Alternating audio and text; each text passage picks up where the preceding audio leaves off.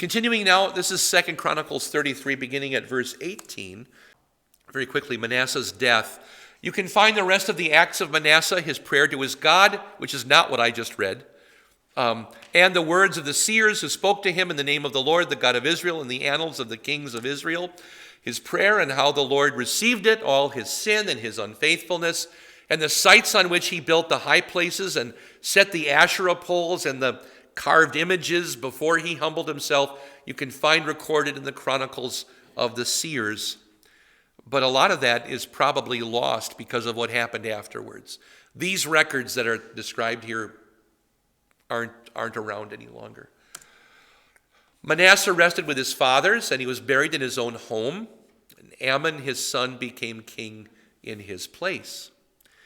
Amon was 22 years old when he became king, which, by the way, means that Manasseh was 45 when he became the father of Amon, which is kind of old, right? For a guy, not impossible, but no, that was an apocryphal substitute for the prayer.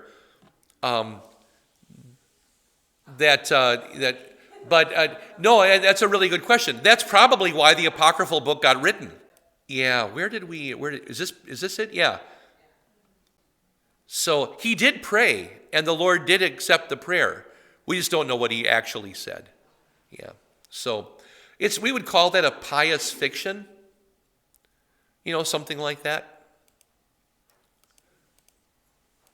All right. Amon, 22 years old when he became king, and he ruled as king in Israel for 2 years, which could be less than 2 calendar years because they counted a year as a part of a year. So it could be quite a bit less than 2 calendar years. It could be 2 months.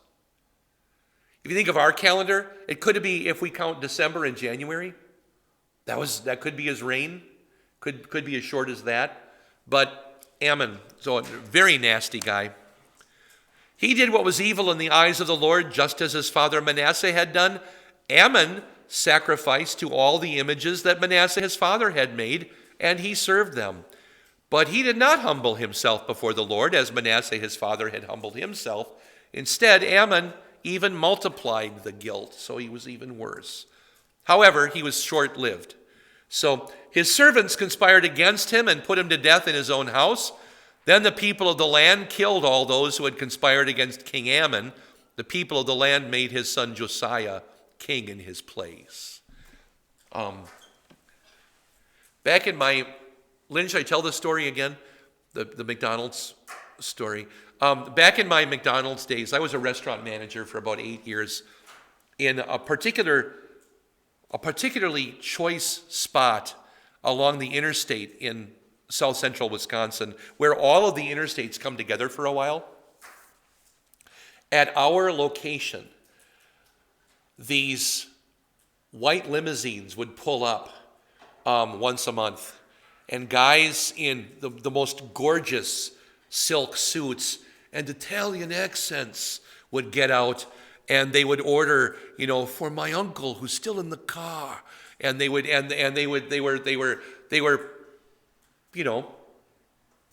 part of the Gambino family, okay, but they loved us, and they even knew me by name, which was, I wasn't thrilled about that detail, but we were very good to them, and fast food hot was our motto in those days, and we always and sometimes they would even give us a tip and things like that. But also, these are guys, not those particular guys, except I've learned later that maybe those particular guys, but when you put a hit out on somebody in the mob world, what's the first thing you do to clean your hands of it? You kill the hitmen, which is what happens in this verse. So these guys killed the king, and then everybody else killed them, and now everything's good. We're rid of the king and rid of the hitmen, and now we can go on with life. So it's pretty typical. I don't mean to be teaching you young men, how to do things later on in your life, but that's what they were doing. Josiah.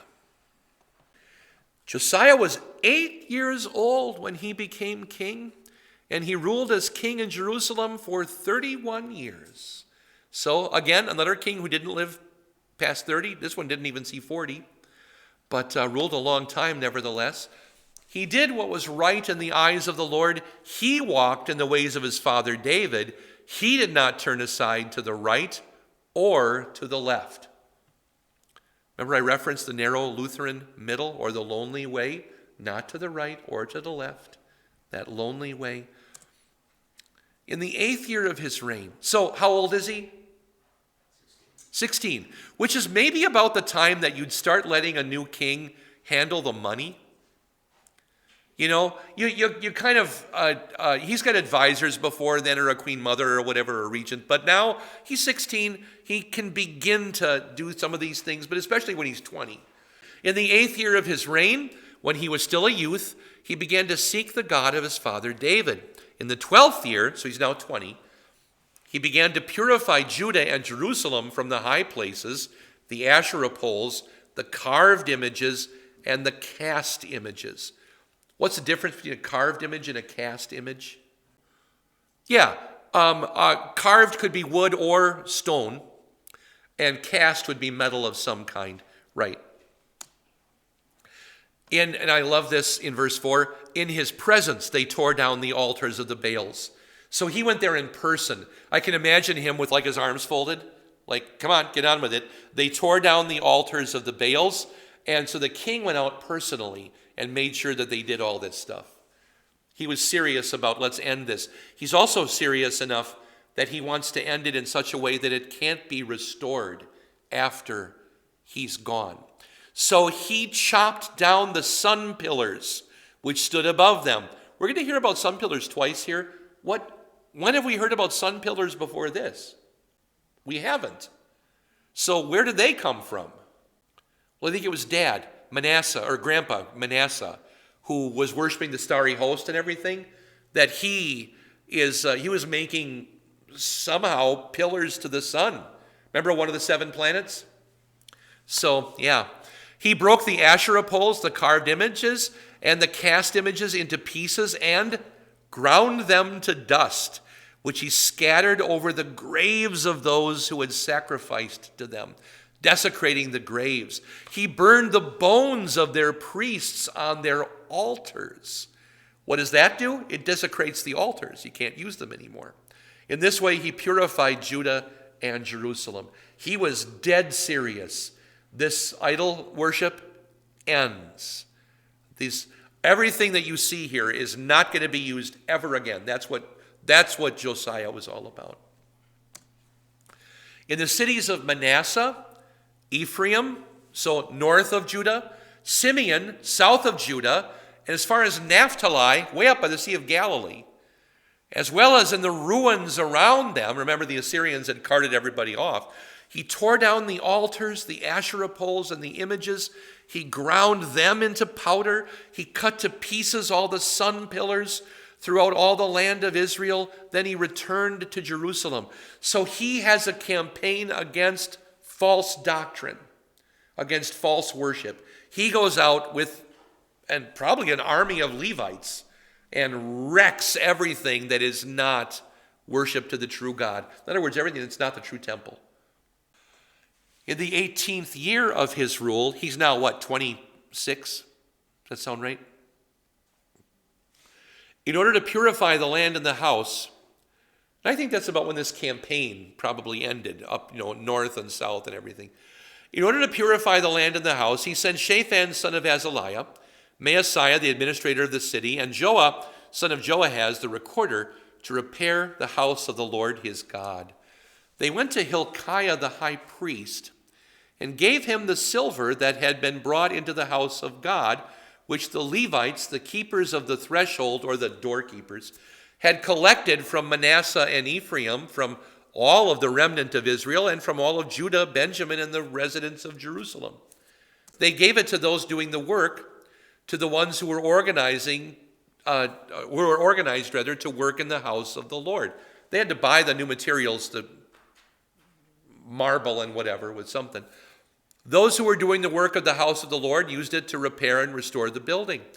They gave it to the carpenters and the builders to buy quarried stones and timbers for joists and beams for the buildings which the kings of Judah had allowed to fall into ruin.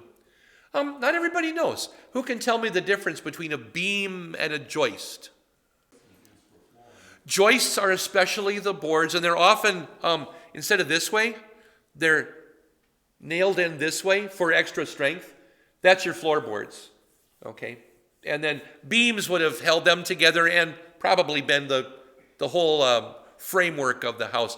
And whether these Hebrew words actually mean beams and joists, but the important structural wood is how I would probably put it in this case.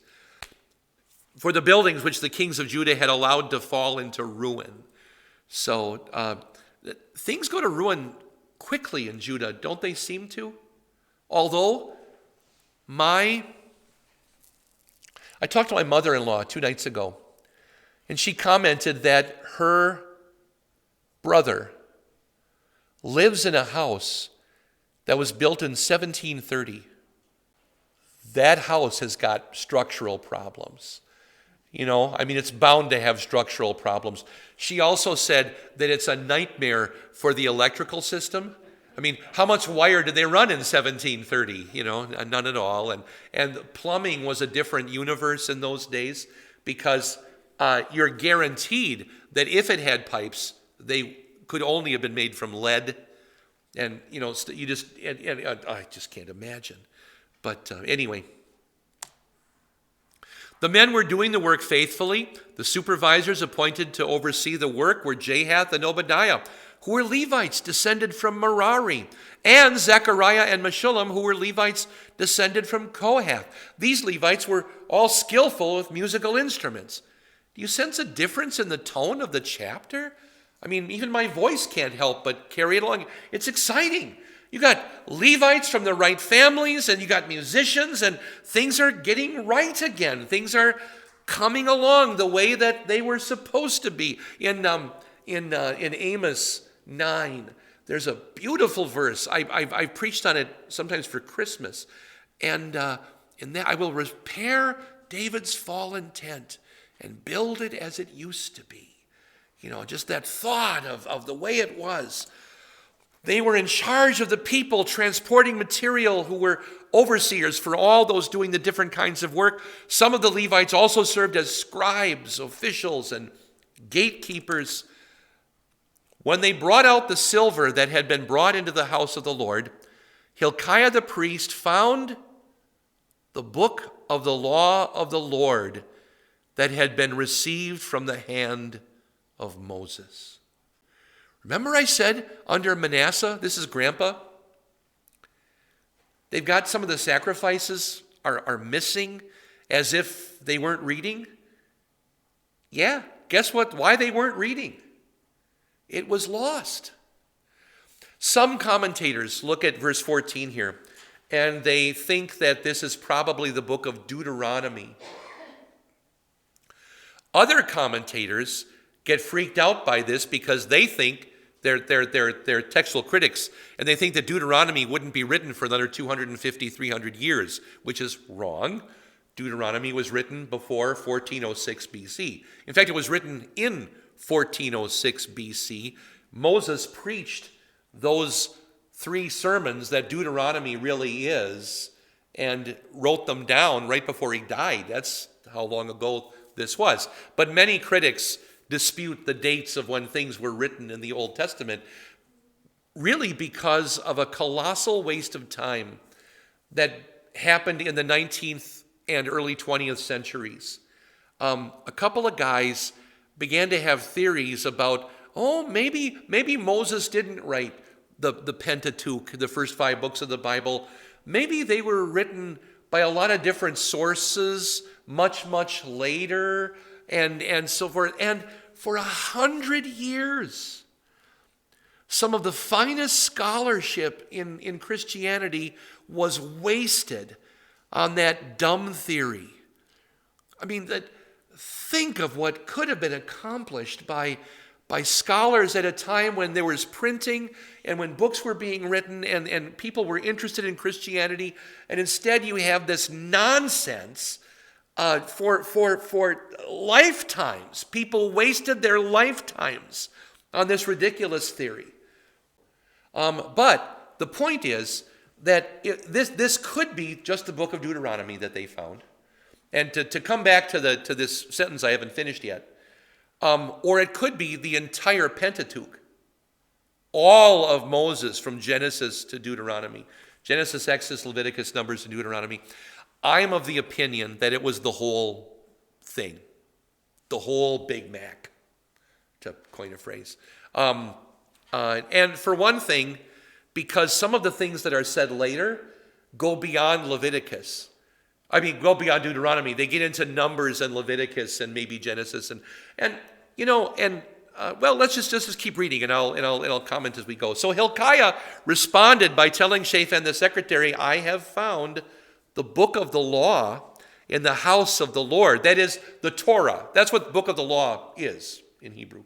The Sefer Torah. Hilkiah then gave the scroll to Shaphan. And that could be more than one scroll. That usually, like Genesis for reading in public worship would be about this big around. But that's in large print. The whole Torah could fit in smaller print on a scroll that was even smaller.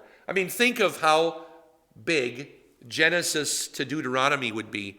It's a little bit smaller than the New Testament. Right? So, reasonable sized document.